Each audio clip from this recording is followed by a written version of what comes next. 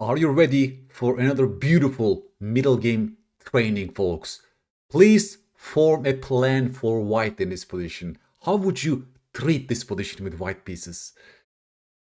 Folks, the reason I'm doing this video is to teach you what to look for in the middle game and how to coordinate your pieces for the common target.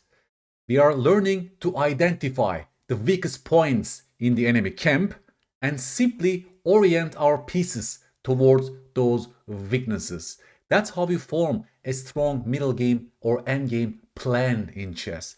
The first step is to identify potential weak points in the enemy camp, and then you simply coordinate your pieces for the common goal.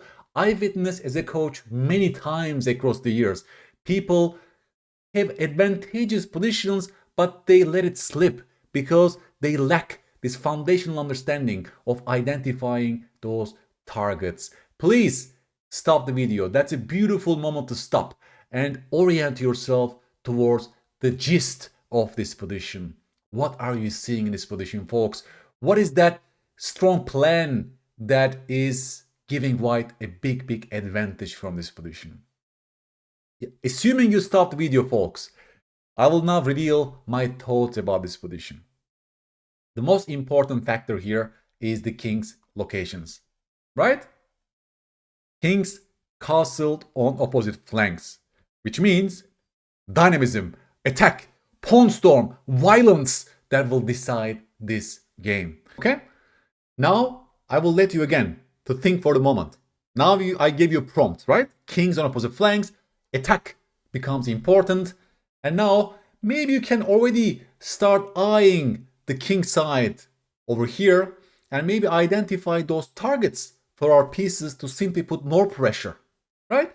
Reverse engineering, please. Start with those targets and then please find a plan, strong plan for white to orient multiple pieces towards that same target. Folks, my final question to you is this. Do you move the knight to f5 or g6 in this position, right? Obviously, the knight has more potential to go towards these two squares. Both of these squares look very good for the knight, but there's a gigantic difference between these two moves, right? What if I ask you, there's a huge difference between these two moves, how would you judge? How would you compare these two knight moves, folks? And that's my final question to you. You're a great player, folks, if you found the plan of knight f5. Why? Why is knight f5 much stronger than knight g6? The answer lies in the target of the g7 pawn, folks.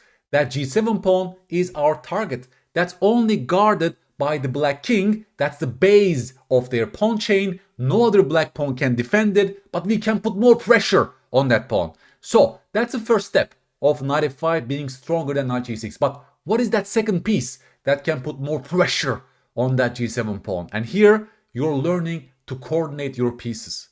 You're a great player, folks, if you came up with this plan, rook h3 to g3. That becomes your middle game attacking plan in this position that directly speaks to the gist of this position while you're coordinating your knight and the rook for the common goal. Even rook h3 was a good move for the same intention of rook g3 followed by knight f5, and you start hitting that weakness on g7. Isn't it beautiful? If you go knight g6, then yes, that knight hits the rook, but after the rook, let's say, moves to e8, look at your knight, folks. Your knight is first of all getting in the way of your rook g3 plans, because now it's just a piece of wood getting in the way of the rook, plus the knight itself doesn't hit any targets. Where is the target for that knight? Nothing, right? The knight doesn't do anything on g6, doesn't hit those critical squares. Unfortunately, in the actual game, my student in a very similar position played the move knight g6, probably because he thought this was a very attacking move, right? Comes with tempo on the rook. But then after, let's say, rook e8, black had no major problems, because what is your game plan from this position? g4, g5 is not working because black will take. Rook h3 to g3 doesn't do much because the knight is getting in the way, and the knight doesn't do anything on that square. f4 also has a major drawback, folks, because after takes, you're dropping the pawn on e4, right? Black is eyeing the weakness on e4. If you push f4, it also creates a weak pawn on e4. Suddenly, white is sort of an impasse. We don't see a clear way forward, but if you keep on waiting, black will push the Adam pawn that will contact the B pawn, right? And they will open up lines on the queen side and start maybe attacking your king on C1 from this position. So the orientation phase already here tells us that we have to play energetically, actively, and you start searching for those targets. And then you play a move like this. Of course, you can also use some of your patterns. Gary Kasparov said, knight on f5 in itself is worth a pawn. Very typical attacking motif with a knight on f5. The knight also, by the way, hits the bishop just in case, eyeing some key squares as well, potentially. Also, maybe knight h6 sacrifice becomes an option at some point. You see, the knight has much more potential from the square f5 than on g6.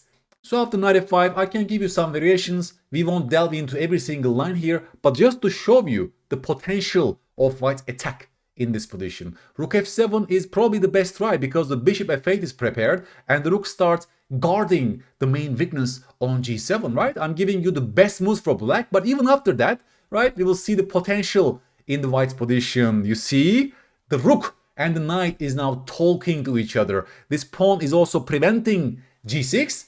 This is frozen as a long-term target. Moreover, the rook wants to use that g6 square. Folks, look at this. In the mistaken line, there was a knight blocking everything on g6. Right now, the knight on f5 is good, the rook on g6 is good, and h5 pawn, right? This harmony is so visible in its position. The rook also puts pressure on this h6 unit, and the rook also gets in the way, like gets out of the way of the g pawn. So even g4, g5 becomes a plan, right? I will show you because look at what black's position, folks. Black is in dire needs of creating activity. The problem is knight is in the way, the bishop is quite terrible. So let's look at the move a5 because that seems to be the most energetic way for black to play. Here, as I mentioned, how do you make progress for white in this position? There are a couple of ways. Even f4 I think is an interesting try. f4, the main drawback of f4, folks, is this pawn is becoming a weakness. But after queen takes f4, you actually guard the pawn. And even this is a great position for white. You also made your bishop a little bit happier as well. The knight can later use that f4 outpost and you actually improve your position. So f4 is definitely a try. But even g4, g5, as mentioned, it's a beautiful idea, folks. Just to show you, if black goes a4, comes g5. Well, you cannot take back this way because your queen is hanging. So this is sort of the only move in this position. You can, of course, induce a takes b3, a takes b3 first. My bishop is covering a1, so your rook is harmless. Look at that, folks. And after h takes g5 comes a very, very strong move as well. Queen h2, folks. Queen h2 eyes this little plan of h6 and you prepare the opening of the h file. Now, even the queen is joining the attack on the king side against the black king. For example, knight c5, black needs to activate the bishop at least. The problem is if the bishop leaves that square, comes h6. What a beautiful move this is. If you capture my rook, then the entire thing is collapsing after hg. That's the first threat. There are other threats like this. Mate in one. Look at the knight on f5, folks. Never forget this. The entire attack is built on the beautiful knight on f5. Rook takes g7, doesn't help black because this comes a check, followed by queen takes c7. Well, that's the first threat, fork, and that's the second checkmate threat. Black cannot parry both of these threats, and white is completely winning in this position, folks. Again, because of knight on f5, the final point, the knight jumps to g7 with a beautiful fork, and white is completely winning in this position. So again, I won't just bog you with details. Just look how white's attack naturally evolved once knight f5 was on the board, right? And how the knight supported the entire white army from this beautiful f5 post. Even in this position, we looked at rook g6, but f4 is also a very logical try. You want to activate the bishop, you also want to get this knight into the game, right? As mentioned, e takes f4, queen takes f4, the queen is joining the battle as well. There are such ideas in the position. After queen g4, knight f4s are coming as well. In fact, that's a completely winning position for white because of the piece activity and harmony and coordination. For example, king h8, queen g4, as mentioned, knight f4s are coming followed by knight g6. Well, they can try knight e5, but we can take that knight, and after this comes the final piece into the picture. The bishop is pinned. Well, this bishop cannot move because of this. And black basically has no moves left in this position, folks. Even this bishop, as mentioned, became a much happier creature. And here actually there's a beautiful winning move, queen h4. The main point is if you take my queen, then after knight takes h4, well, ideas like this is finishing off the game, folks. Black cannot hold on to their weaknesses in this position. The bishop is also pinned because of the rook. It's a beautiful, harmonious position again for white. So the broader lesson from this example to my mind, folks, is when you're choosing between these two good-looking options, please also look at the broader army, the entire army. Try to coordinate your pieces for the common goal, right? Avoid such single attacks. Yeah, knight g6 looks nice, attack the rook, let's go for it. You see, that's a shallow approach. You need to also ask yourself, what is your later goal from this position, given the orientation phase, right? Are you playing for g4, g5? Are you playing for f4 in this position? What are your thoughts about the rook on h1, right? This broader search for general placement of our pieces for the common goal is what separates strong players, right? And again, knight f5 also is beautiful once you also identify those concrete targets in the position, right? One way to come up with a good idea is just to simply ask yourself, what is my target of attack in this position? Yeah, just simple ideas like this. That's a target of attack, so I will play this plan instead. I may later do a separate video about coordinating our pieces, coordination cheat sheet, but that's already a beautiful, beautiful example, right? See how you're coordinating your army. Even after this, for example, even rook h4 is a good move for the same goal. Rook g4 and rook g6, right? So there are a couple of good ideas for the same intention of orienting your pieces for the common target. That's how you become a stronger middle game and end game player. And this knowledge you can transfer to other positions. That's why it's called deep chess learning. This knowledge does not only hold for this very structure. I'm teaching you something that is much more broader, basically. You can apply the same lesson to so many different positions involving different weaknesses and pawn structures, right?